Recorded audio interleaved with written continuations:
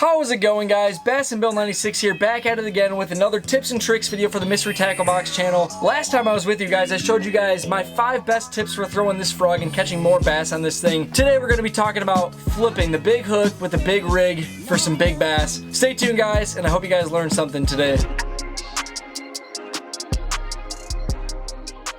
So for the first tip in this video, it's all about the knot tying. So the weight you want to throw, it can be anything. I usually go anywhere from like a 3/4 ounce to a 1.5 ounce, depending on how thick the cover is. Today we're just going to use a smaller one because it's not insanely thick. But what you do is you take your bobber stop, just like a normal Texas rig, and you take your weight and you put those on there, just like you're throwing a regular Texas rig, guys. Not different in any way, shape, or form. Okay, so bobber stop is on, weight is slid up the line, up to the bobber stop, and now we're gonna get into the first tip here. So when you're flipping and pitching into heavy cover, you have to tie a Snell knot. If you tie a regular Palomar knot, you're just gonna not see the same results, and I'm gonna show you exactly why it's so essential that you tie this knot. But if you guys want a full in-depth tutorial on how to tie a Snell knot, I suggest looking that up somewhere else on YouTube because you're probably not gonna be able to see it the best on this one. So I'm gonna tie it up here and I'm gonna show you guys why this is so important when you're flipping and pitching heavy cover. Okay, so we are rigged up and ready here, and I'm gonna drop this weight down and show you guys why it is important that you tie this Snell knot.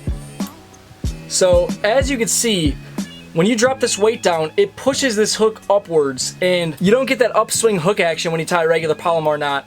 And if you're tying a regular Palomar knot and you're throwing a super heavy weight, what's gonna happen is you're gonna set the hook and the weight's just gonna bust the fish's mouth right open. But with this, even though you have that super heavy weight on there, this hook is gonna shoot upwards right into the fish's mouth, right into the roof of the mouth, right where you want it. So now we're gonna rig up our bait here and we're gonna start fishing, and I'm gonna show you guys some more tips on how to catch more bass when you're flipping. But that is the most crucial step, is tying the right knot. If you don't do that, you're going to have so many problems. But let's get into it, guys.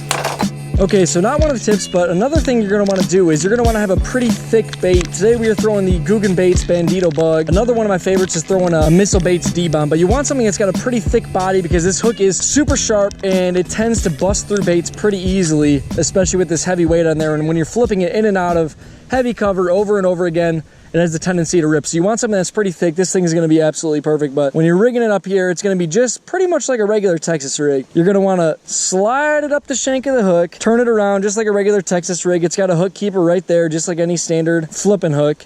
And then you're going to line it up and you're just going to poke it through just like a Texas rig. You want to leave that hook just barely buried underneath the plastic there, ready to strike. We are all rigged up. We got the Bandito bug. We're going to break these bad boys apart here, and we're going to get into tip number 2. So in advance, I apologize for any wind noise. I know that this probably isn't going to be ideal, but hopefully you guys can hear what I'm saying. So tip number 2, we have a very expansive little field of lily pads here. Where are you supposed to cast? When you're flipping, you got to be able to make the most accurate, most pinpoint, and most strategic casts. You don't want to just be flipping around aimlessly, wasting your time. So when you look at these pad fields, what you want to look for is you want to look for a thick cluster of pads, like the ones right in front of me here. Super thick cluster of pads, and then you want to try to drop it right in the center of it. So you want to look for a little opening in the center of one of these really thick clusters, like right there would be like a perfect spot right there. And literally first cast, dude, that's unreal. Okay, so that's a way to start off a video right there, guys. Tip number 2. It's all about high percentage casts though. If I was flipping around the edge of these things, you might catch 1 or 2 here or there. But the majority, oh God, there we go. That's a perfect release. The majority of these bass are gonna be sitting in the dead center in the thickest cover they could find. And you gotta find those tiny little openings where you could get your bait inside of it. And the good thing about flipping is this thing could go pretty much anywhere. But that was fish number 1, tip number 2. Here we're gonna go into tip number 3. And I'm gonna show you guys how to break down these pads even further. Tip number 3 is gonna be all about fishing methodically. So I moved to the other side of the pond so that way the wind is to my back. Hopefully you guys can hear me a little bit better this way. But tip number 3, it's all about fishing methodically. One of the reasons I feel like guys tend to stray away from flipping heavy cover is because they just don't know where to start. Like you look at a big giant field of pads and you're like, where in the world are these bass gonna live? I know that I'm fishing a pond right now too, guys. This is just for demonstration. All of these tips work for open water, fishing big public lakes as well. I promise you I do these things on regular lakes too, but my boat's actually in the shop right now, so we're doing this at a pond. But what you want to do when you approach a new lake or a new pond and you got all these different pads is you just got to slow down and just fish. So you take tip number 2, for example, where you want to find those really thick clusters, you want to make those casts, and you basically just do that over and over and over again. You want to hit every single one of these clusters multiple times even, because sometimes when you're flipping super heavy vegetation, those fish won't see it the first time around. So I'm gonna start picking this apart, and we're gonna get into tip number 3 here.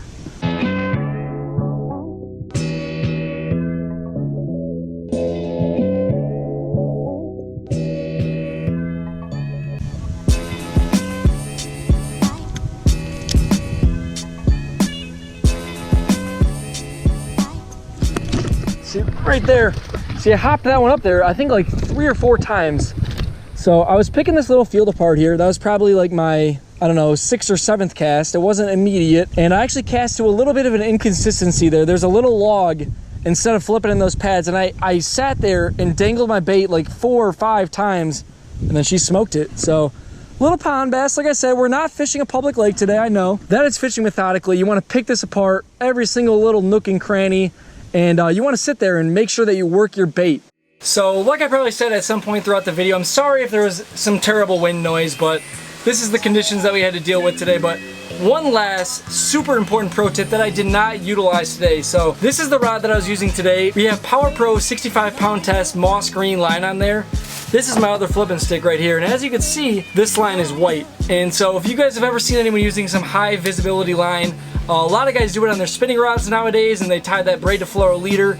I have started to use it on my flipping setups as well, thanks to some of my buddies on the Grand Valley State fishing team. So they kind of put me onto it, and what this essentially does though is when you flip in there, the moss green line, it blends in with all the lily pads and just kind of the surroundings in general. If you're fishing near trees, you can't see your line that well, but when you're throwing this super high visibility white braided line, you can watch the bites. You can literally watch a fish absolutely destroy whatever you're flipping into those pads. So you'll just see your line just go tick, or you see it start swimming off. It's super easy to see. And also what you want to do with this white braided line is you want to color the last like 6 feet or so black with the Sharpie, so then the fish, they pretty much get the exact same experience either way. Black, moss green, either way, it's super dark. It blends in with the natural environment, especially when it's under that thick canopy of pads. But you get the benefit of having that white line, so you could see it as the angler. But thank you guys so much for watching today's video. Hope you guys learned something. It's awesome when Mystery Tackle Box lets me take over the channel. If you guys want to watch some of my videos, that's going to be linked down below as well. I do a ton of tournament fishing videos, so if you guys are into bass fishing tournaments, definitely check out my channel. But hope you guys learned something, like I said, and I will catch you guys in the next video.